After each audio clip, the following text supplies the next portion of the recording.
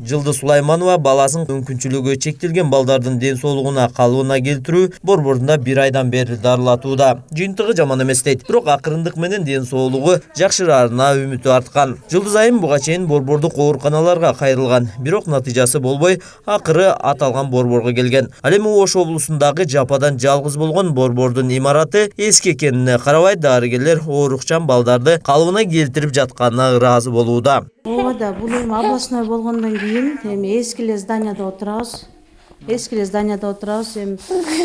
Эми булардын мүмкүнчүлүгү чектелген балдардыкы такай ушундай жерде болуш деле мүмкүн эмес, өзүчө аварийный состояниеда. Эми жартылайым болсо да Газпромдон келип ремонт кылып кетти деп атабыз. Бүгүн Кудайга шүгүр ачылышы болду. Бирок аварийный состояниеда ремонт кылыш керек. Газпром Кыргызстан компаниясы аталган борбордун 5 бөлмөсүн капиталдык оңдоодон өткөздү. Бир кылымдан ашкан имарат көп жылдардан бери ремонт иштерине муктаж болуп турган. Демөөрчүлөр борбордун абалын көргөндөн кийин дароо жардам кылууга ашыгышканын ачылыш аземинде айтышты. Сураганда эле ошо столовыйдын жерин берип койсуңар деп. Анан кирип карап чыктык.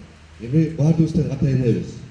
Көрүп, бир ойго жүгүртүп анан кийин кайра чечим кабыл алдык.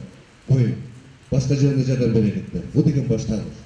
Аталган борбордо 87 баланын 60% шал оорусу менен жабыркайт. Борбордо буга чейин ден соолугунан мүмкүнчүлүгү чектелген балдардын ден соолугунун калыбына келтирүүдө диний тарбия бөлмөсү зарыл болгон. Андыктан демөөрчүлөргө борбордун жетекчилиги ыраазычылыктарын билдиришти. Азыркы күндө реконструкция жолу менен ремонттон өтүп, ишке киргизилди. Мынакей биз айбдан ыраазыбыз. Ошон кабинеттерибиз бул бизге өтө керектүү болчу.